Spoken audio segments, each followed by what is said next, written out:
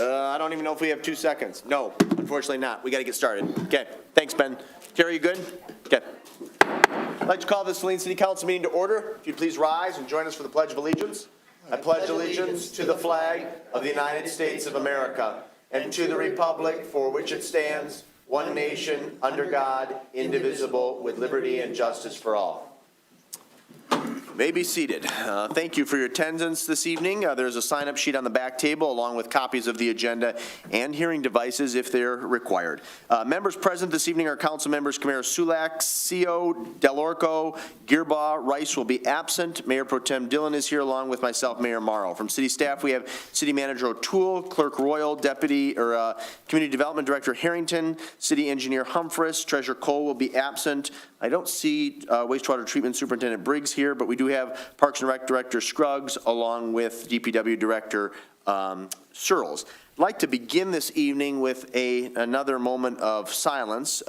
It is with deep regret that I share that Phyllis Martin, a longtime council member, a community leader, and civic activist, passed away a few weeks back. Many of us had the pleasure of serving with Phyllis during her time on City Council. I got to know her through Saline Leadership and the Saline Area Schools Historic Preservation Foundation. She's also the mother of many prominent community members who live in the city of Saline and in the greater Saline community. She was a lovely person who worked tirelessly to improve the quality of life for the citizens of Saline. So at this time, I would like to ask for, again, a moment of silence in honor of Phyllis Martin.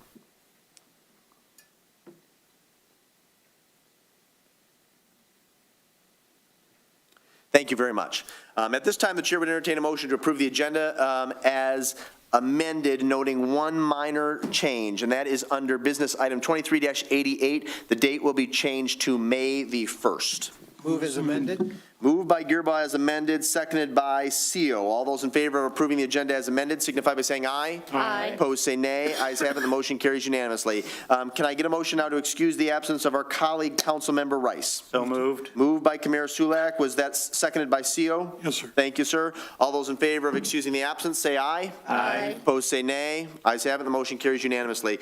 We come now to citizen comments on agenda items. Under the Open Meetings Act, any citizen may come forward at this time, make comment or question on an item that appears on this agenda. Comments will be limited to 3 minutes per person. Anyone who would like to speak is requested but not required to state his or her name and address for the record. Are there any citizen comments on agenda items? You will have 3 minutes.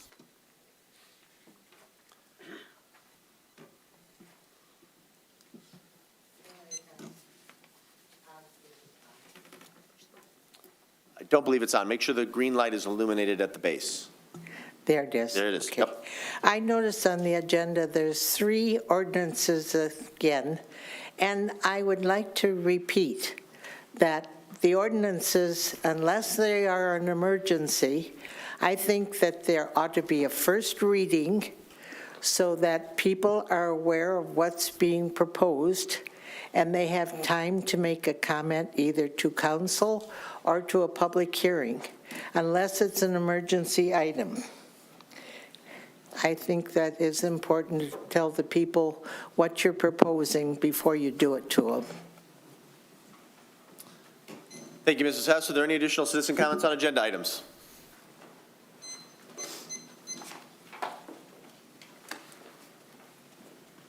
Hi, I'm here to talk about the marijuana ordinance 855.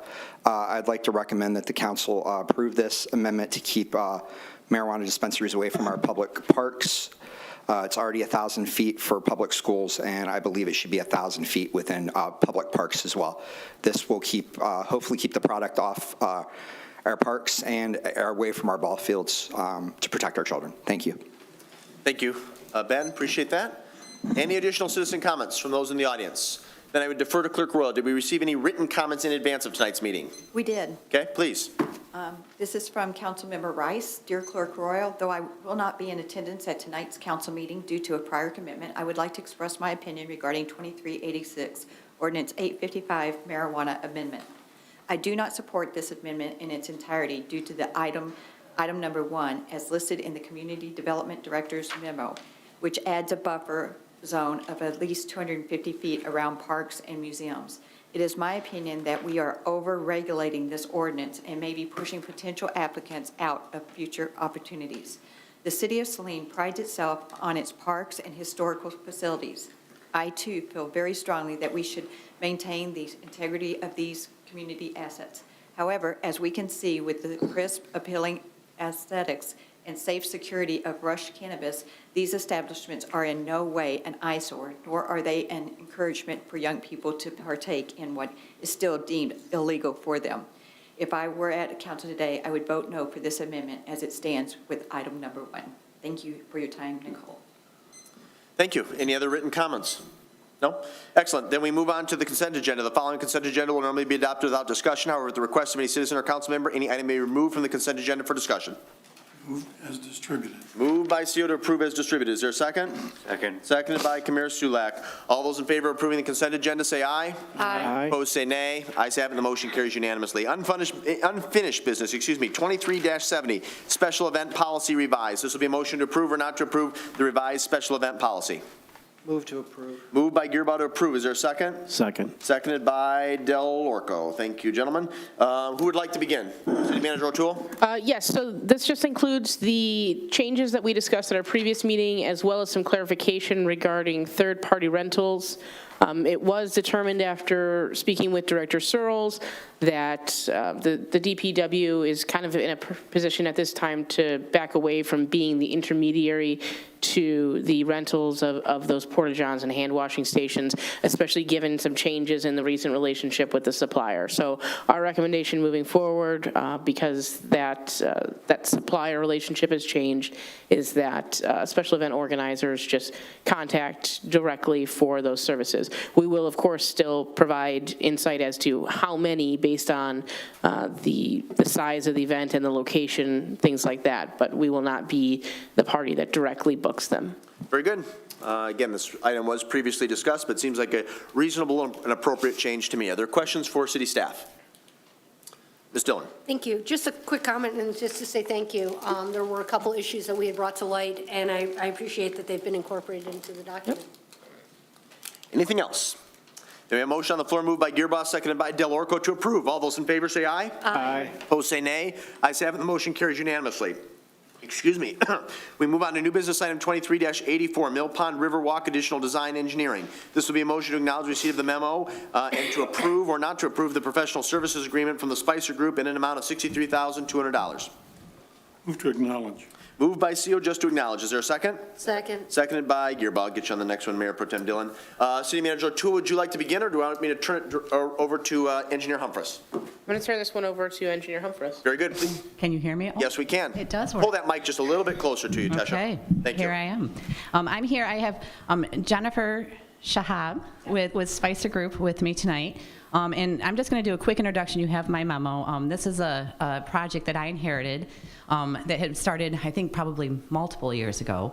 And my understanding of the project was that we put together enough design to go after some additional construction dollars.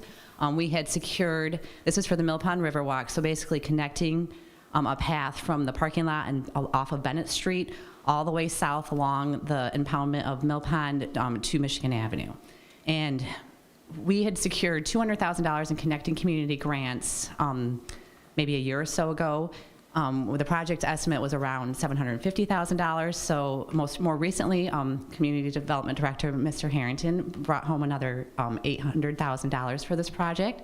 So we are now at that point where we're looking to do the additional design to finish the design of the project and looking towards construction. So the project as it stands right now, like I said, enough design was done to get the first portion of the path on paper. A couple things we're considering with the redesign. First, the SEMCOG grant comes with a lot of stipulations.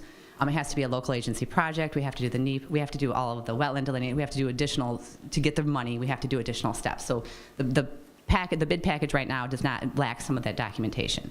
In addition, the path itself, you've heard me talk a lot about West Belt. And when I look at Mill Pond, the first thing that sticks out and needing to be done on Mill Pond is fixing the sewers. And this path goes directly along the West Belt sewer, so I recommend we look at making this path available for vehicular traffic so we can maintain our sewer system.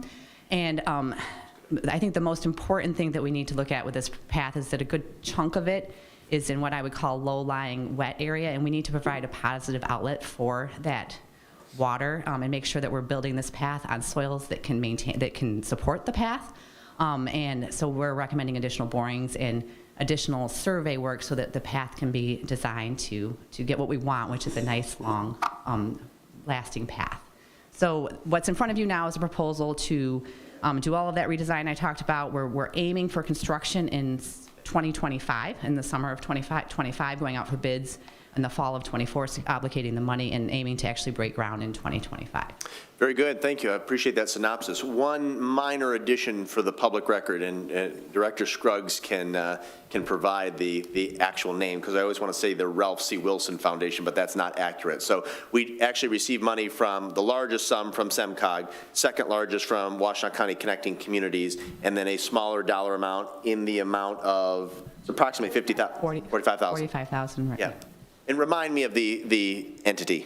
The Community Foundation of Southeast Michigan. Very good. Okay, thank you. So it was, again, we appreciate and we acknowledge all of the entities that provided funding to help make this happen. Thank you, Engineer Humphreys.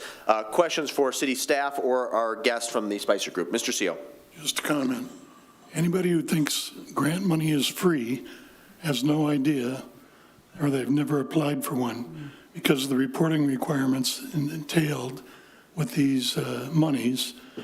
There's a huge number of man-hours, person-hours required to get the work done to fulfill the reporting requirements that attach to the money.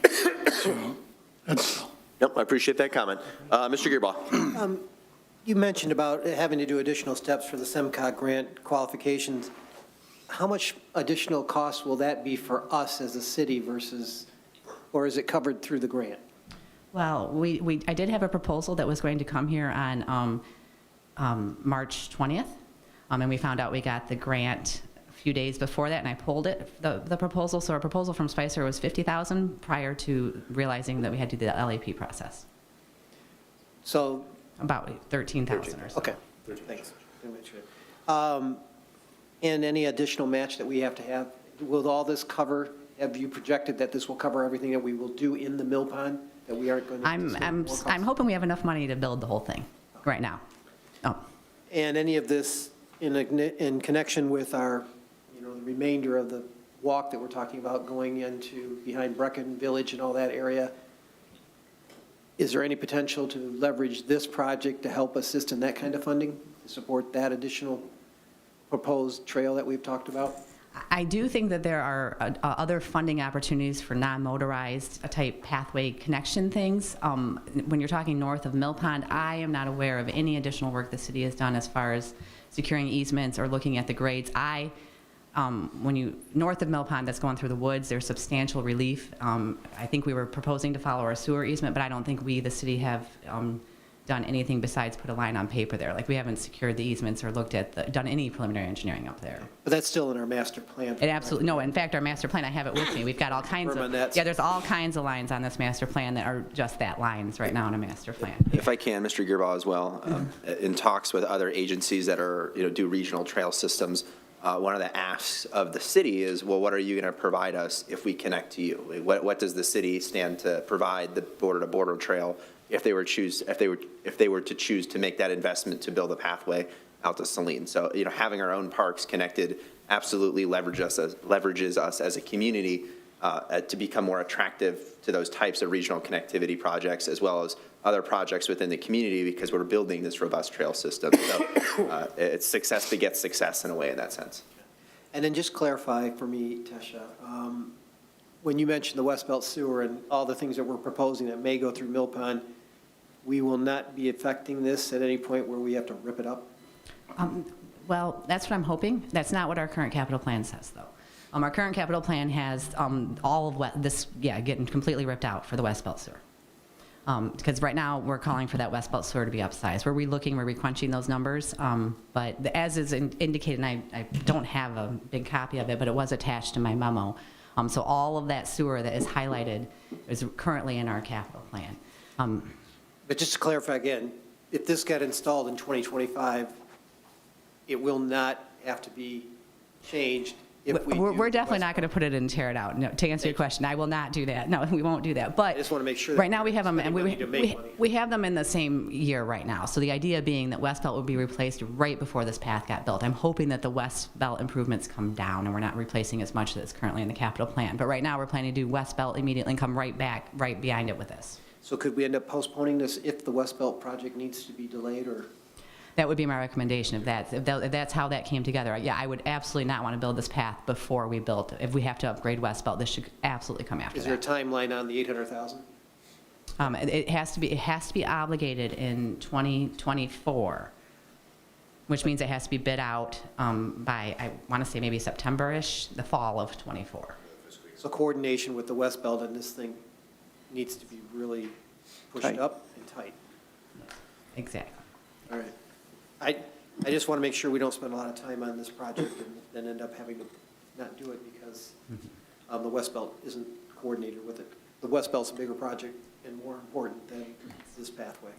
Thank you. And yes, I agree. I also think it's worthwhile, though, this is something that, this pathway needs additional design beyond the LAP process. We need to find a positive outlet for the drainage that sits along Mill Pond. I mean, I think now would be a great time for someone to go walk the path and think about putting a bunch of asphalt down on that wet grass.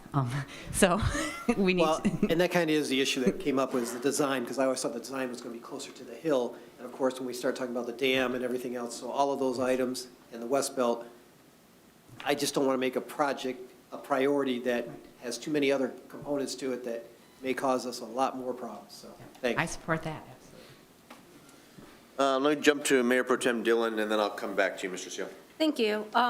Just for clarification, the $63,000 from general fund, I just want to confirm with the city manager, that would be reimbursed from grant dollars. That is the request that we have to the Connecting Communities, is to start authorizing us to use their dollars for engineering and reimbursement. Yes. Okay, thank you.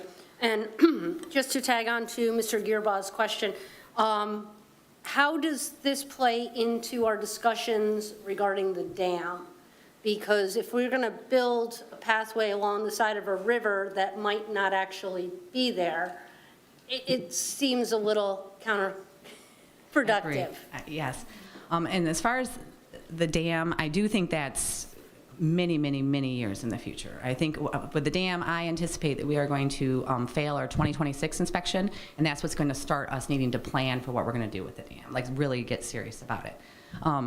With the feasibility study for the dam removal that we're looking at, that study, right now we're actually still in the running for getting money with that, but one of the key things that we need to get out of that is this rendering of what it would look like without the dam, and that rendering is a key to the piece of where the path fits. And one of the ideas that we're kicking around in the redesign is moving the path closer to the wood line because it's higher and drier there, and also for this, because the whole mill pond will look substantially different if the dam is not there. It will be more of a river, less of an impoundment, less wide, more narrow, like a flowing stream. And so this rendering of what mill pond would look like without the dam is key to looking at how this path plays into that. I'm sorry, if I can add on to that too, Engineer Humphreys, part of the allure of the project is, yes, absolutely the proximity to the river, but I think another key component of this is just simply additional non-motorized transit that's off-road for pedestrians and bicycles. And currently, part of the grant application we actually found is that to cross into Mill Pond Park right now, if you wanted to do at the Michigan entrance, it's either that wet grassy area, as Engineer Humphreys is talking about, or it's crossing 7 different intersections, going up the road that the Legion is on, at Mills, I believe is what it is, which isn't necessarily safe for children or elderly folks or other folks with mobility.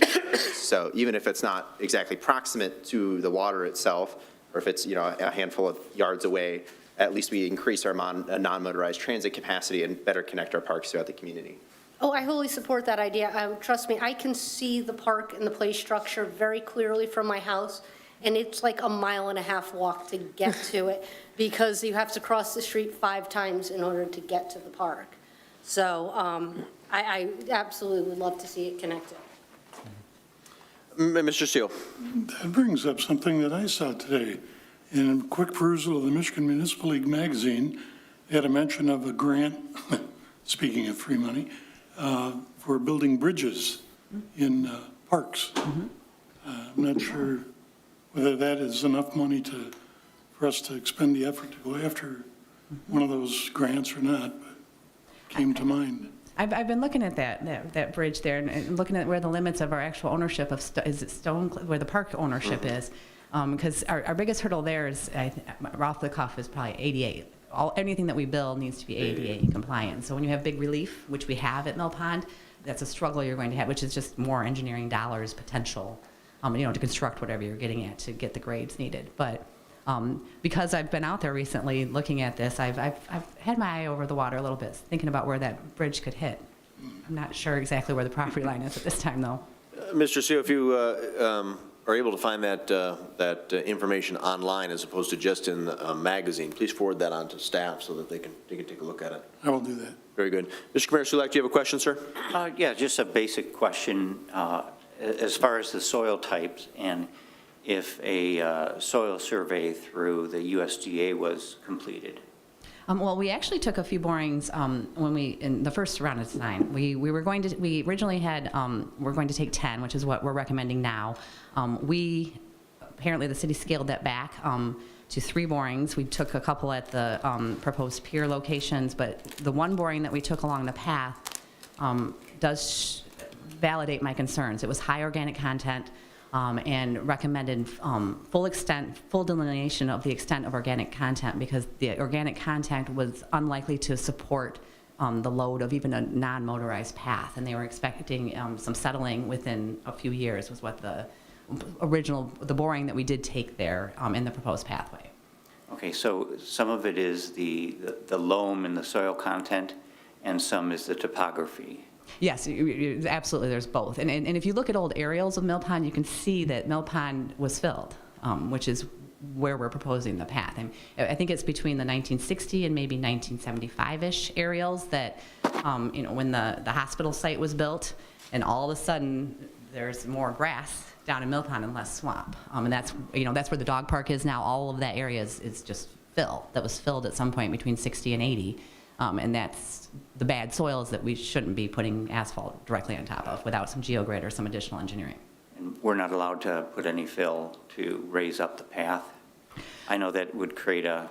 No, well, and actually that's ideally we will have some sort of path that we can maintain. We do want it raised up so water can get off it. We also want the side slopes to be enough that we can mow it and maintain it. And we actually run out of room on some of the parts of that path where it's so narrow. I mean, so we have this wide open path by the dog park, and then we start meandering along the ridge, and we just don't have a lot of open space to do this wider path. So I envision in some areas where we might have the path up and maybe a ditch along the ridge line, something along those lines to capture the water. But that water can't just sit along; it has to get out to the river. And this whole entire project, it's 3/4 of a mile, and it falls like 1.5 feet. I mean, it's just very flat. Okay. Yeah, so we have 2 things we're going. We additional borings, which probably will result in maybe some additional geogrid underneath the cross-section of the path, and additional outlets, additional drainage, ditching, and providing outlets to the river. Okay, great. Thank you. That answers my questions. Any additional questions? Then we have a motion on the floor moved by Seo, seconded by Gearbaugh to acknowledge receipt. All those in favor say aye. Aye. Opposed say nay. Ayes have it, the motion carries. Is there a motion now to approve or not to approve? Move to approve. Moved by Seo to approve. Is there a second? Second. Seconded by Commander Sulek. Is there any additional discussion?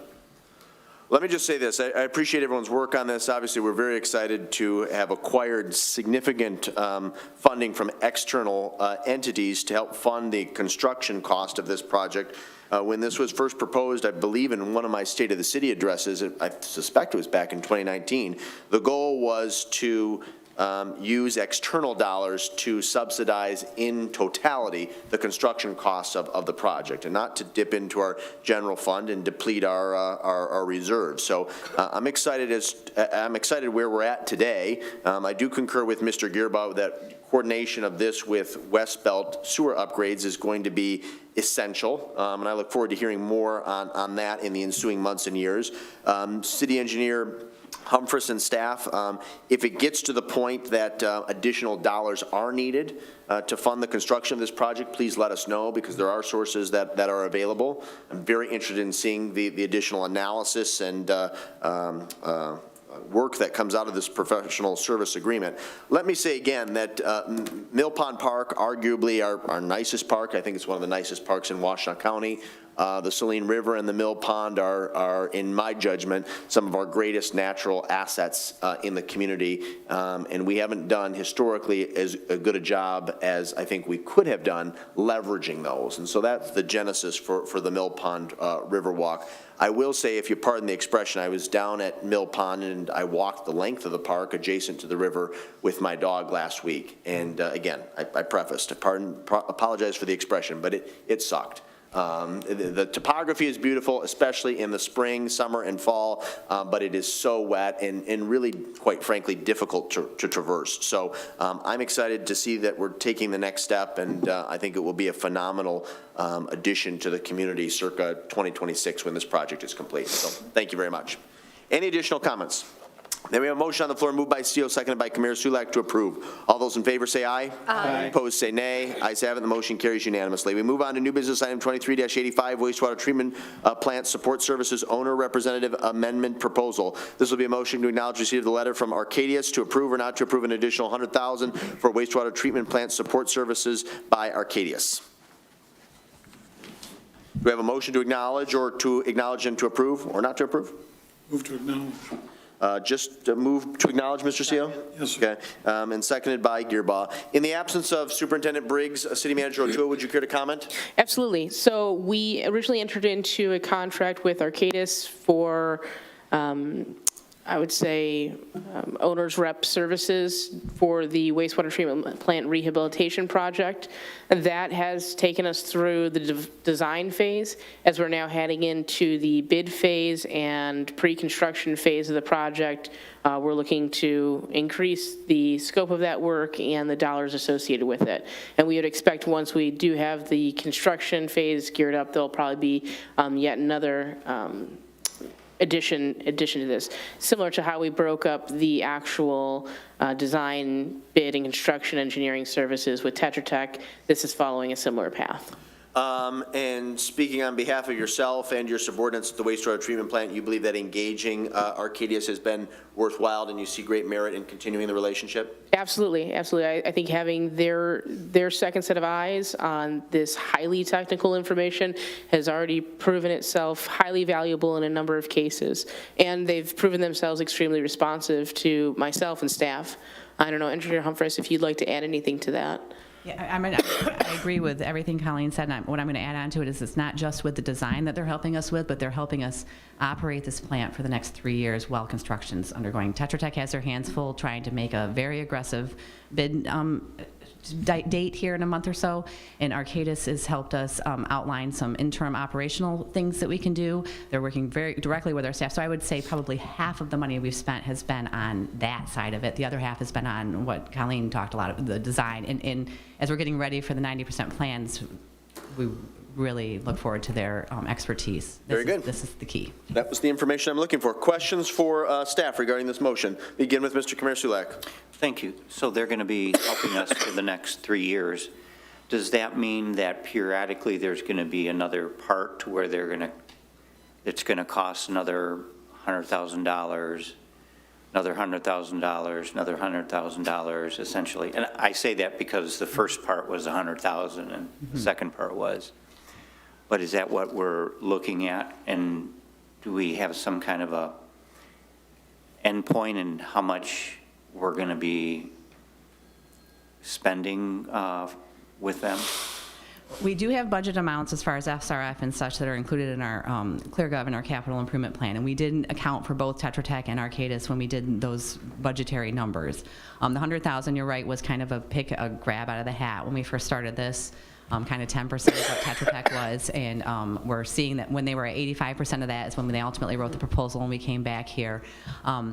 I think right now, I mean, I know it's a lot of money when you look at 85,000 spent, but when you look at a project that's $60 million, it's a drop in the bucket, and the $60 million project is touching a lot of equipment, a lot of processes, a lot of things that quite frankly, nobody here in-house is experts in. We shouldn't be, we can't be. And it gives me some confidence or some peace of mind for sleeping at night for this large project that we have another set of eyes looking at this. And like I say, when it comes to this 90% and the actual bid documents, I mean, the bid documents are a thing this big, and there's 2 pages just for the coating that you put on the bolts inside of the building. And I don't know if that coating's the right coating. I know what coating I want on it, and I want Arcadis to tell me that, yes, Tetra Tech said they put this in here, and this is what is in here. And I think, but that doesn't really answer your question. Is it going to keep going and going? I think we have needs here. Yes, we have, going forward with this project, this is the biggest capital project that's ever going to be done in the city while I'm here. And I think that spending a little bit more money on experts, making sure we get the best product is going to save us money in the long run. I firmly believe that. Okay, so it won't necessarily be $100,000 every 6 months. Right. But we're being proactive in quality control and making sure that we have, in your example, like the coating correct, so there's no holdup or different costs that could have a domino effect on the plant. Okay. Yes. But we do have costs coming up with construction engineering and operational oversight during, because we do have to operate this during construction. Okay, great. Thank you. Very good. Mr. Gearbaugh? Is it possible to have Arcadis give us an update on the administrative consent order and their review and making sure that we're in compliance with everything of that, and also the operation manual and everything else that needed to be completed? I think that would be great to lean on Arcadis to help with the ACO, and I'm honestly not sure how much they have assisted with that. I'd have to reach out to both Bill and Arcadis. I know that I've talked a little bit with Bill about things. I think Bill's been taking care, because if we're down to the last bits of it, I don't know if you have a better handle on it. Yeah, I mean, at this point, we don't have any open ACO-related violations with the state, so we have an open violation letter from a site visit, but that's not directly tied to the ACO, if that makes sense. So we haven't had Arcadis too involved in that because the compliance issues are up to date. We could certainly have them, maybe a broader conversation weighing in on like the status of operations at the plant. That's kind of, looking at this and understanding, I think that would be helpful just Sure. through recent issues. So making sure that whatever we're doing 3 years to give them a status, to make sure that we've met all those issues that were brought up by the. Yeah, we can show that against the corrective action plan that we've implemented. I would suggest we probably get an update from both Tetra Tech and Arcadis, because Tetra Tech's doing the operations and maintenance manual, and now Arcadis is kind of that day-to-day help with staff. Yeah, and I'd kind of like to have Arcadis make sure what Tetra Tech has done is Sure. appropriate. Thank you. Yeah, unless there's objections from the dais, why don't we extend an invitation to both and see if we can finesse our council schedule and agendas to perhaps have a joint presentation at one of our May meetings. Sure. Okay. Mayor Pro Tem Dillon, did you have a question? I did.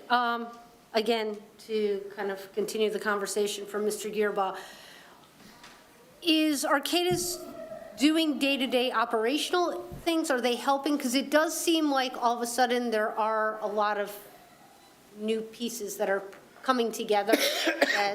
So are they spearheading those projects? Are they kind of seeing where we have issues? Are people looking for problems and in advance of them actually becoming problems? Yeah, I mean, I would say that their role is pretty active at trying to preempt problems and problem solve in real time when we have issues that are evident. And that's, I think that also is playing into the culture that we're starting to see coming from the wastewater treatment plant. We're shifting away from reactionary and more towards preparing for this project, preparing for the obvious solutions that we need to have in place. To Engineer Humphreys' point, one of the big takeaways from working with Arcadis has been the creation of really a series of strategic recommendations for how to mitigate risk associated with the project over the next 3 years by performing certain tasks or repairing equipment now to ensure that we don't have any hiccups with the transition of equipment during the project itself. Fantastic, thank you very much. Any additional questions? Then we have a motion on the floor simply to acknowledge receipt. All those in favor say aye. Aye. Opposed say nay. Ayes have it, the motion carries unanimously. Is there a motion now to approve or not to approve? Motion to approve. Let Dillon be the mover and Gearbaugh be the second. Is there any additional discussion on the motion? Appears to be none. All those in favor of approving, say aye. Aye. Opposed, say nay. Ayes have it, and the motion carries unanimously. Thank you all. Move on to new business item 23-86, ordinance number 855, marijuana amendment. This will be a motion to acknowledge receipt of the memo from Community Development Director Harrington and to acknowledge the first reading of ordinance number 855, an ordinance to amend Chapter 22, Article 5, and Article 6. I'll move to acknowledge receipt for discussion. Do you want to, it's just actually acknowledge and acknowledge. You want to do both? Oh, yeah. Okay? Because this will be likely voted on at the subsequent meeting for either adoption or rejection. Is there a second to Mr. Gearbaugh's motion to acknowledge and acknowledge? I'll second. Seconded by Commissioner Sulak. Mr. Harrington, the floor is yours. Absolutely. This is an ordinance that Ms. Katrina Ritchie and I have been working on for a while. It updates some of the regulatory ends of the ordinance, as well as establishes potentially a new buffer from city parks and museums. So to go over the brief list of changes. So first and foremost, that currently proposes a new 250-foot buffer from city parks and museums for both medical provisioning centers and adult use retail. As part of the materials I submitted to all of you, there were maps of 250-foot buffers, 500-foot buffers, 750-foot buffers, and 1,000-foot buffers. I know they can be somewhat difficult to read when you have several overlapping buffers on top of each other, but if there's something that's not clear, I'd be happy to provide or explain it to you as well. Secondly, the ordinance requires the submission of an updated applicant should applicants want to change their location. It closes any loophole or ambiguity that the license could be moved to another location in the city after issuance. It is independent from the required special land use and site plan. So should a person effectively move their license unbeknownst to the zoning official in this instance, they would still be held by the same zoning standards, so they could potentially be committing a zoning infraction by moving without the proper special land use or site plan approval in addition. So it's just another check to make sure that these licenses are not moved in the city without city knowledge and approval. It clarifies that city standards shall match the state as it relates to potentially expired licenses. It allows the submittal of a singular site plan for establishments looking to co-locate both medical and adult use marijuana provisioning centers to avoid redundancy, confusion, and stalling in the planning process. As the members of the Planning Commission will know, we've had to do 2 site plan submittals, 2 action items for each of these, both medical and adult use. We've had some that were slightly delayed or jogged from one another, which adds additional confusion as there are slight discrepancies between the two. This makes it a lot easier and makes sure that we're approving a consistent site plan that's applied to the site in its totality. There's an added caveat that we can always request any additional information needed, deemed to be necessary in the review of their application, ranging from site plan SLU stuff to regulatory marijuana items. It increases the time frame for licensees to be renewed from 60 days before expiration to 45 days per expiration. It's just administratively easier to keep track of and provides 15 extra days for the applicants. It properly numbers the medical marijuana ordinance section. Previous adopted iterations of this ordinance had mistakenly numbered the sections identically for both recreational and medical marijuana. Muni Code by default, which is our code provider that hosts our code on the internet, automatically fixed that for us, but we should also adopt it so that legally we're in compliance. And then there's not a listed 8 here, but something that's been brought to our attention since this was added to the agenda is that our standards for background checks for issuance of licenses are not identical to that of the state. It's not a huge issue, but it would be something wise for us to close, which we'll have for you on the second reading. So all it does is make our own standards for issuance of licenses match that of the states for background checks for potential conduct in the past of applicants. Very good. Thank you for that analysis. Are there questions for Mr. Harrington regarding the first reading of ordinance number 855? Councilmember Dillon, and then I'll jump to Mr. Seal. Thank you. I'm going to skip over the buffer for right now because I think that's a bigger thing. I just wanted to ask, if we look at number 4, the submittals of a singular plan, so does that mean that they're only paying fees one time, or do they still pay fee twice? They would pay the fee twice for the site plan, for the special land use, but not for the site plan. Effectively, we're charging them twice to review the same plan. That was how the ordinance was written. That was how they had to submit it. I don't think it's necessarily in the city's interest to have them do that twice, though. Yes, we could potentially capture more fees for that submittal, but at the end of the day, I think it causes more confusion than it's worth. Okay. And then why would we want to change the time frame from 60 days to 45 days for expiration? I would have to ask Ms. Ritchie for the exact reasoning behind that, but I think it was just to make it consistent with how the city handles other regulatory licenses in their expiration. Okay. So making it more consistent with how we handle other types of licensees, whether that be daycare facilities, et cetera. Okay. And then, like I said, I've got some questions on the buffer. I'll just sort of see if the people have questions, and then maybe we handle the buffer at once. Mr. Seeley, do you have some questions or comments? And just a question, maybe I'll hit one of yours about the buffer. I see you have numbers on the pages here.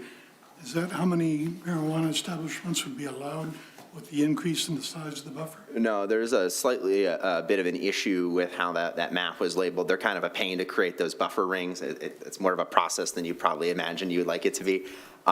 So there's no limit, essentially. I didn't draw out the number of properties that would then be available. Some of that is also based on where a new establishment hypothetically locates. If it were to go in between, in the center of an area that's not buffered, then potentially you would limit the amount. But if it were to go right on the edge of another buffer ring, then it could potentially be 2 or 3 more, essentially. So there's not really an exact count. It really depends on the buffering distance that you adopt. But yeah, it says in the legend there, it might say marijuana locations in parentheses 5 or something, and in parentheses 6. The 6 is the one that should be there because we have 6 current applicants. The 5 was just an additional layer that I left on by accident, but you don't see the display of that because it's fully covered by the 6. Okay, thank you. Mr. Commander Sulek?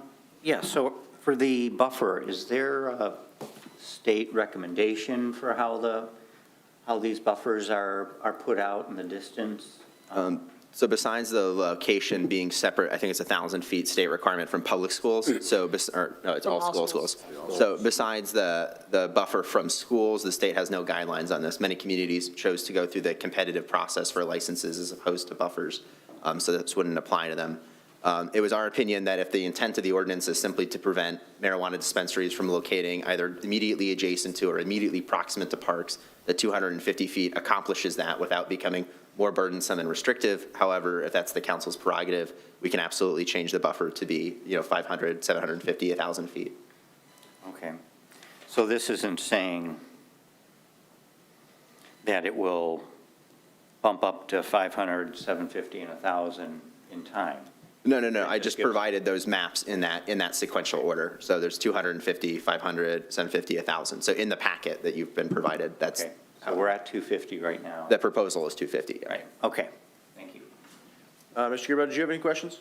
Just real quick again on that 45 to 60 days. Am I reading that right? It says increasing the time frame for license to be renewed from 60 days to 45? Yeah, I'm sorry, that's worded poorly. So decreased. currently, you can begin to apply apply to renew your license 90 days before expiration. So previously, you had 90 days before expiration to 60 days before expiration was your 30-day window to apply.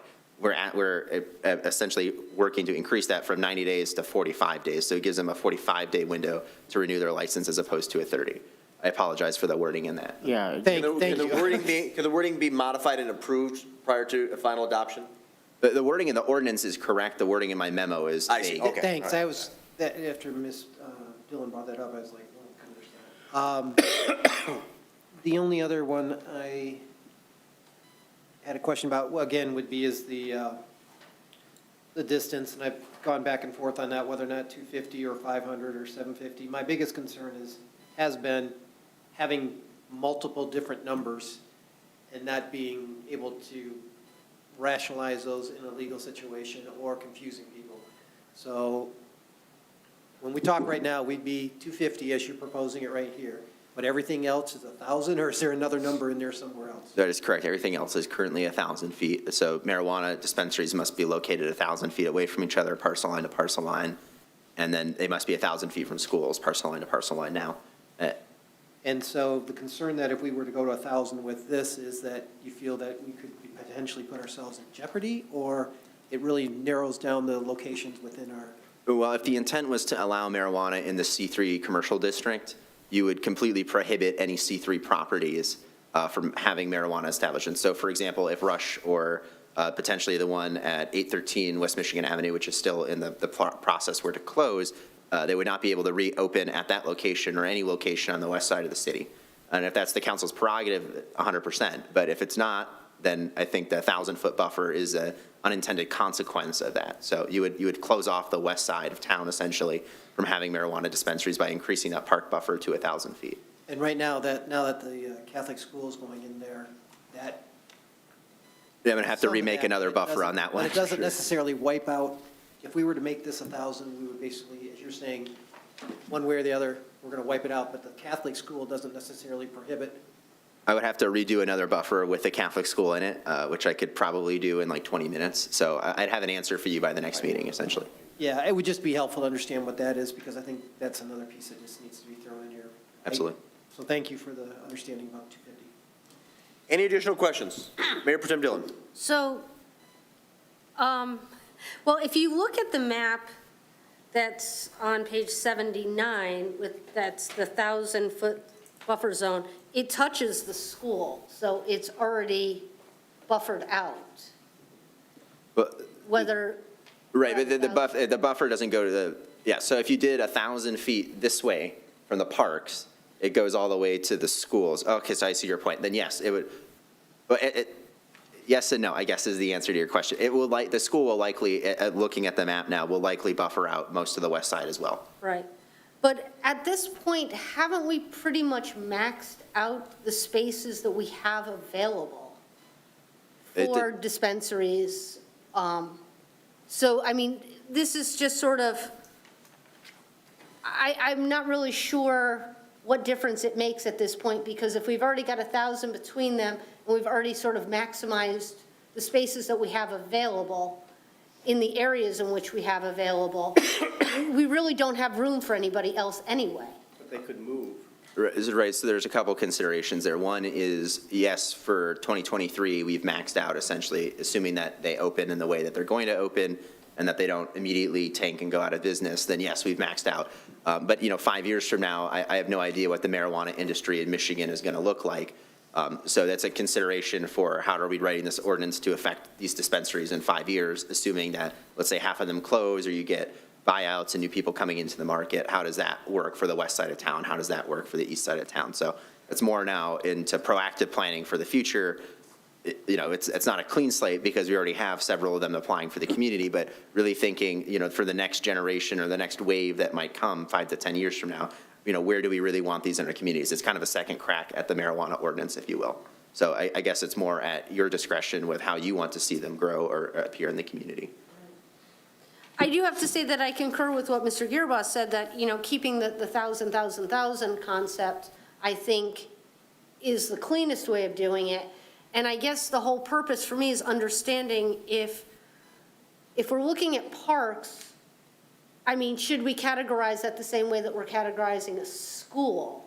That, is it because there's children, that it's an outdoor venue? What is it that makes a school that would differentiate it from a park, that a park should be less?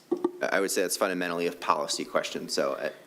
If I may, though, I would add, it is the recommendation of myself and I believe staff that 250 feet is the appropriate buffer for this type of use, specifically because of the way that this ordinance was created.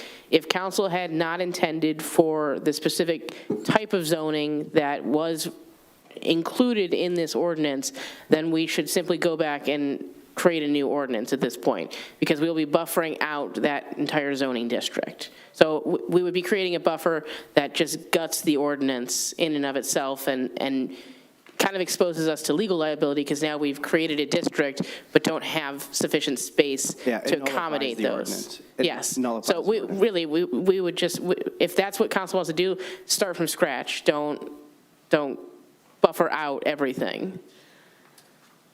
Okay, so here's how we're going to proceed. Obviously, this is a first reading, so you have a 2-week period between now and our next regular meeting to address any questions or concerns to Mr. Harrington or any other appropriate staff member. And when we revisit this issue in 2 weeks, I will be ensuring that the discussion focuses on the merits or the potential ramifications of said ordinance, and we will either adopt it, or if the consensus is to go in a different direction, that will be done. Any additional comments before please, Mr. Seal. Just going to remark that schools for children is mandatory attendance. The parks are discretionary. So there's one difference.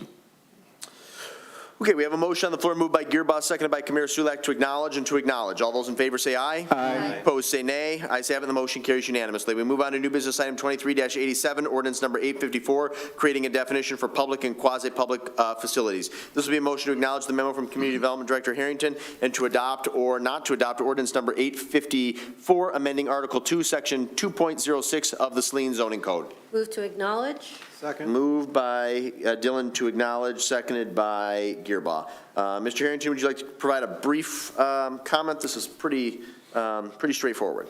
Yeah, absolutely. All this ordinance does is create a definition in our zoning code for public, quasi-public facilities. It's not an uncommon definition. And the genesis of this ordinance comes from two places. One was a variance granted to St. Andrew's Catholic School for a daycare facility to be located on the premise. And the other is a request from the Methodist Church on North Saline Ann Arbor Street to put up an electronic message board sign. Neither of those issues, whether child care facilities can be allowed in residential districts or signage, are being decided here. But essentially, the definition gives us somewhat of like a quasi-overlay. So we can then make in our code assertions that, uses, so a child care facility at a church, for example, would be allowed provided that it's co-located with a public or a quasi-public facility. If the intent was to keep out child care facilities from residential districts to not take up prime residential real estate or otherwise be disturbing to neighbors, converting a home into a child care facility, that there's reasons for that. But if the goal is to allow churches to be financially viable in the future or other public establishments, if City Hall were to ever build, a second floor to house Parks and Rec here and were to run daycare programs, we would technically be not in compliance with our own zoning ordinance because we're zoned residential. So if we allow this definition to work and we use it in our code wisely, we can expand and more regulate with slightly more nuance. So it's kind of an esoteric concept of why we're creating this, but I hope that was clear enough, and I'd be happy to answer any questions. Very good. Mr. Gearbaugh, this issue was discussed and I believe approved unanimously at the most recent Planning Commission meeting. Is there any comment that you'd like to provide at this time? No, the only kind of concern that came up was like, how do you define nonprofit nature?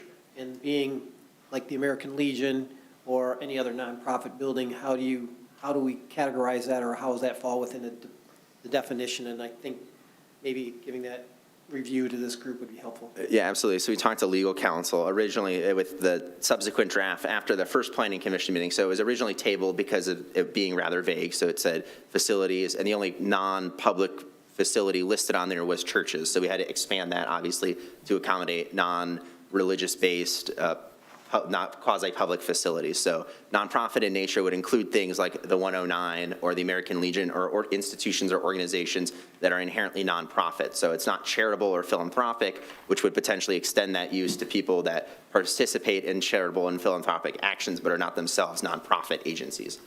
So the word nonprofit was carefully chosen by council and myself to make sure that we're talking about a very specific type of entity and not an entity that engages in charitable or philanthropic or nonprofit actions.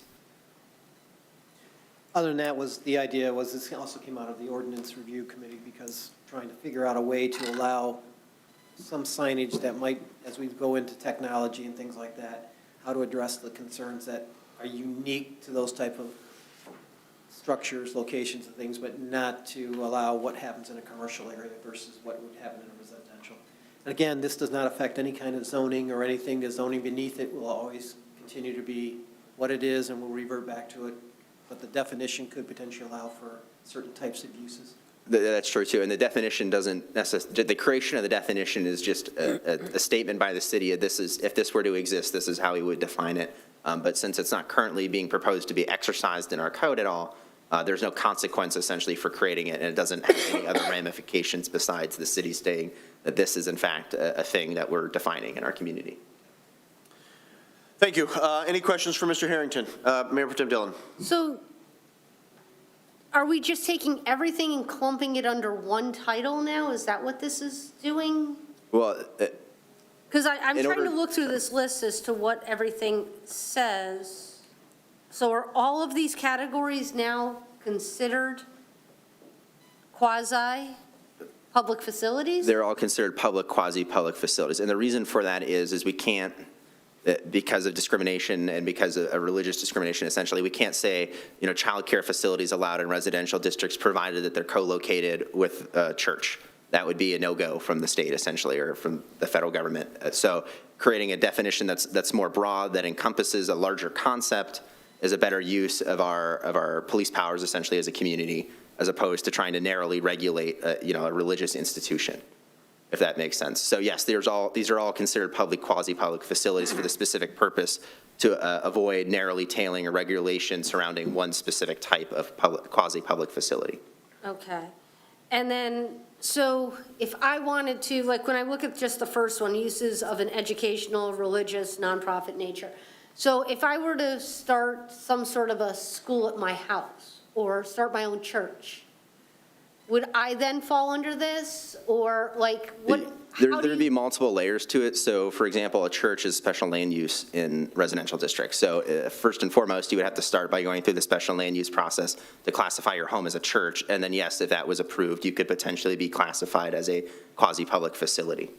Okay. But I would add once again that the whole purpose, the intent of staff here is to narrowly tailor use and sign standards to better accommodate these types of institutions that, in our opinion, are being unreasonably restricted by our current code. So we're unreasonably restricting churches based on their signages and their uses that would likely be allowed in other communities similar to ours. Okay.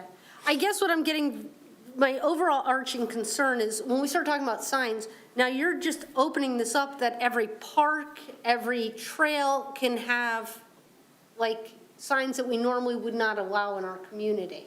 Like, so how is that going to fit? And where are you going to find that harmony between a residential and then whatever happens to flow through it? Right, so at first, any update to our sign code would go to code review, then planning commission, and then all of you. So you would all have the opportunity to see what specific, benefits you might be given as a public or quasi-public facility located in a residential district for signage. So you would see the specific size of signs, and you would have the ability to critique or ask that those things be changed to better fit the community's aesthetic, essentially. Okay. So it's a tool to start the conversation, but all of those questions are valid, and those will all come back to you as this definition begins to be exercised in our sign code, in our use standards. And I think those are policy questions for the council to weigh, whether churches should have childcare facilities, whether public or quasi-public facilities should have childcare facilities, or whether they should have special sign standards. I mean, we can create the definition and then not choose to use it, but I can't even bring these issues forward to you without the definition, essentially. Right. And then, so then the last one is when this category of recreational vehicles. So is that part of this also? Oh, no, so those were just had to renumber the definitional aspects, so we renumbered, and that's why they're all. Okay. So the only change in the definitions was the public, quasi-public, and then we subsequently renumbered the section to accommodate for that. Okay. Okay, I'll stop after that. Additional questions? Mr. Delorco, please. So Ben, just to clarify, does the Legion Hall met the definition that's being proposed here? The Legion would, yes, meet the American definition because it is a nonprofit entity. Okay, so I just want to state that. The UAW would potentially meet the definition as well. Right, which is no longer. Right, yes. This did come to Code Review Committee, and I was an actual dissenting vote on recommending this to council. I had some concerns about the genesis for this was, one of the genesis for this was, as you state in your memo, the church wanting an electric sign.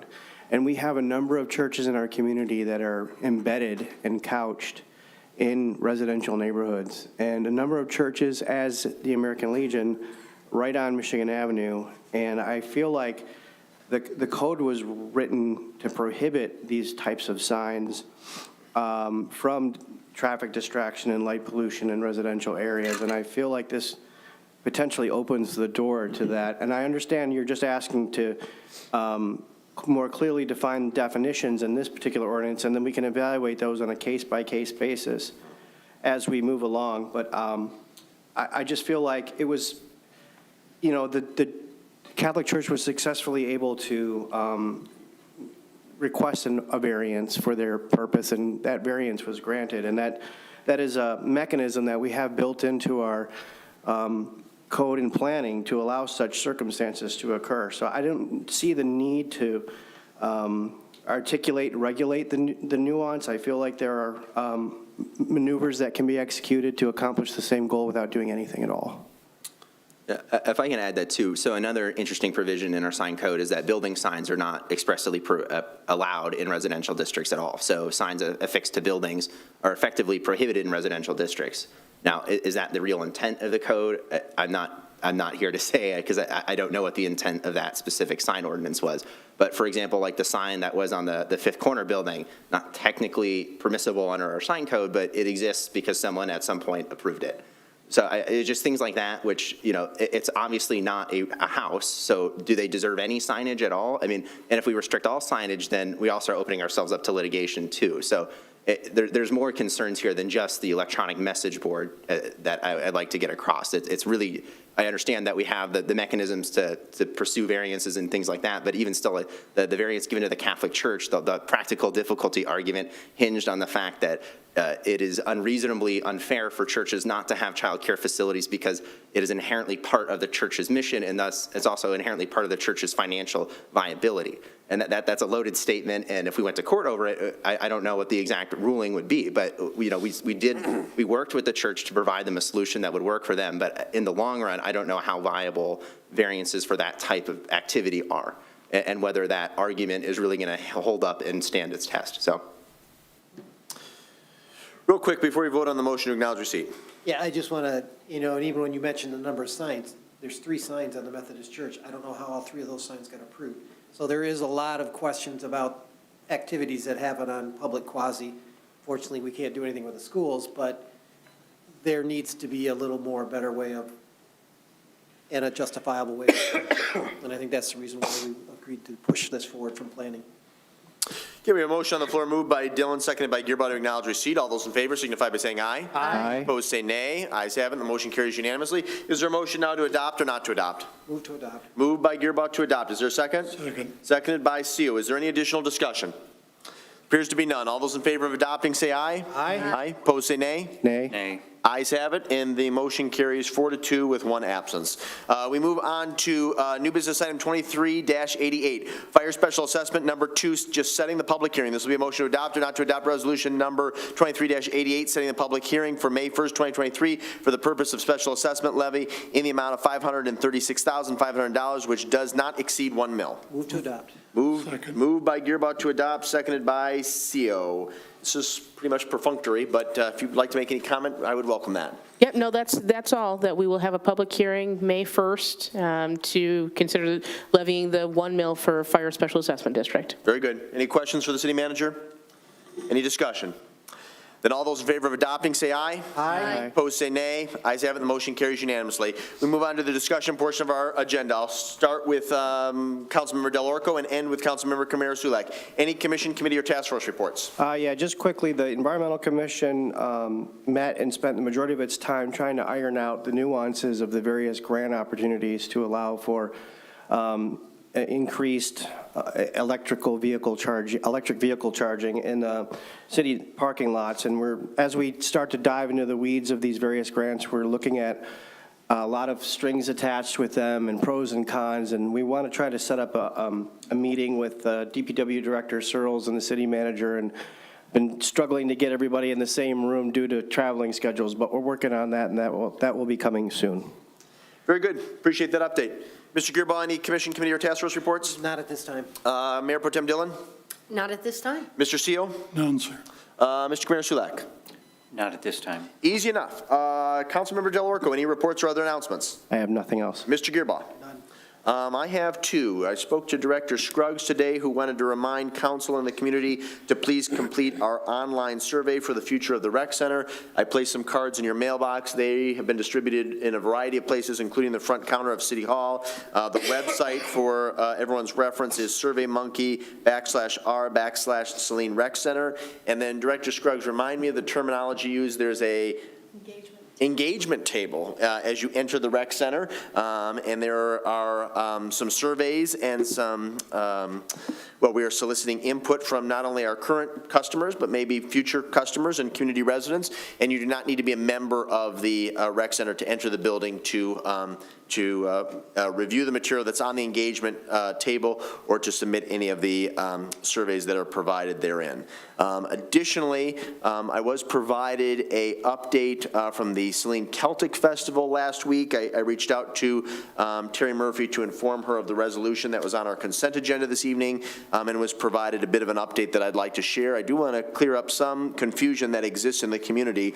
It was the Rec Center Committee, the Executive Committee, and their co-chairs who made the decision to relocate to the Farm Council grounds in Lodi Township. That was not a decision made by City Council, rather made by the volunteers and organizers of that event. And that was done for a variety of reasons. One, an ability to access the buildings that exist at the Farm Council grounds. There's ample water and parking, ample water and electricity, excuse me, and basically unlimited parking while still being in the Saline community. So it will still be known as the Saline Celtic Festival. Also relocating to that space has allowed the group to expand amenities and offerings for this year's Celtic Festival. Advance tickets did go on sale on April 1st. Ancient Athletics will be held now on a full-scale field, twice the size of what was available at Mill Pond. This has allowed the competition to expand to include more levels of competition in more categories. Jousting has also been expanded to a full jousting field, much larger than what existed at Mill Pond. Thursdays will also be hosting an obstacle course. That's new. Friday will also see historic competitions that will consist of individuals exhibiting their abilities with swords, old-time firearms, jumping, and horse maneuvers. Saturday will also have a traditional jousting competition. Saturday will also include a rugby game in the parking field that will be free to all spectators, whether you're a festival goer or not. New this year on both Friday evening and Saturday, we will have ironworks set up that will be doing demonstration, and we'll also offer a forge memory to all children to forge their own letter opener. There will also be mead added to the beer tent, and the music lineup this year is 100% Michigan performers, including Black Murray, The Funding, Wake Fire, On the Lash, Brother Crow, Crossbow, Warled, Edna Riley, Ironwood, McSpillin, Y-Town Holies, Saline Fiddlers, and Motor City Irish Dance. And certainly we will have more to share in the coming months as well, but I do want to provide that update this evening. Councilmember Dillon, any reports or announcements? I just have one thing that I'd like to just make mention of, that I've received several inquiries from people, especially on the west side of town, regarding the signage that is being utilized at Rush right now. It is a portable, three-sided electronic, vehicle. It is not on their property. It is three sides that flash repeatedly. It is a great distraction. It runs morning till night, and people would like to see it removed. The sign will be removed this week, and then we are in the process of updating our sign code where we'll expressly prohibit this type of vehicle from being used in the future. Thank you very much. Very good. Mr. Seal, any reports or announcements? None, Your Honor. Mr. Kamir Sulak? Just one real quick. I'd like to point out that actually yesterday was World Autism Awareness Day, and I think that's something that people need to know, how that affects people's ability to communicate, interact, and perceive the world, and give that its due. Very good. Thank you for sharing that. If there's nothing further, we come now to the second public comment period under the Open Meetings Act. Any citizen may come forward at this time, make comment or question to City Council. This public comment period will be limited to 3 minutes per person. Anyone who would like to speak is requested but not required to state his or her name and address for the record. Are there any citizen comments from those in the audience this evening?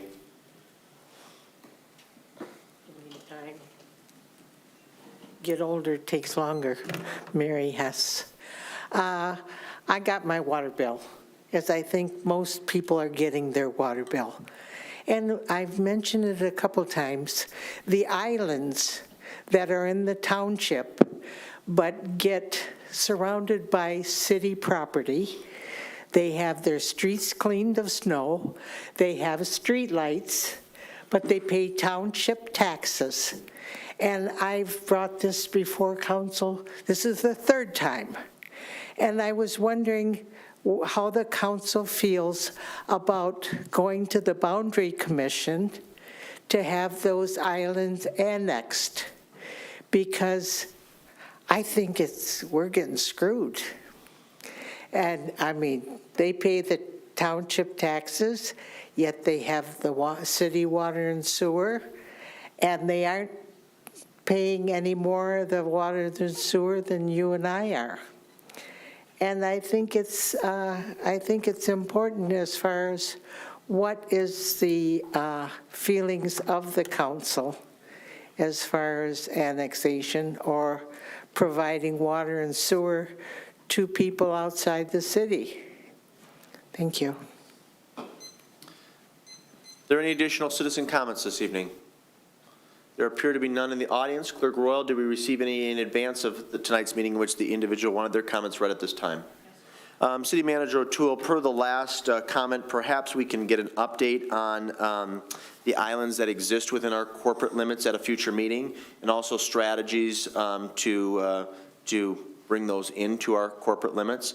I know we're going to be limited in terms of what we can say publicly about one of those islands, because the property owners are currently working through the system to try and get that brought into the city, which I think many of us support. But I think having a broader conversation about the future of those islands and what can be done to make them part of the city of Saline formally would be worthwhile. Yeah, and I can give a brief update now. There's more than one of those properties that's at a different point in the process of completing annexation, either through the Boundary Commission or through some sort of mutual agreement. We have had a conversation with the city's legal counsel on what those other locations look like and the process for pursuing. To keep it clean, it's best to try and let the ones that are in the process now complete that process successfully. So that's really what we're keeping an eye on. Very good. Okay. Thank you. Please note our upcoming meetings, and if there's nothing further, the chair would entertain a motion to adjourn this regular meeting at 8:11.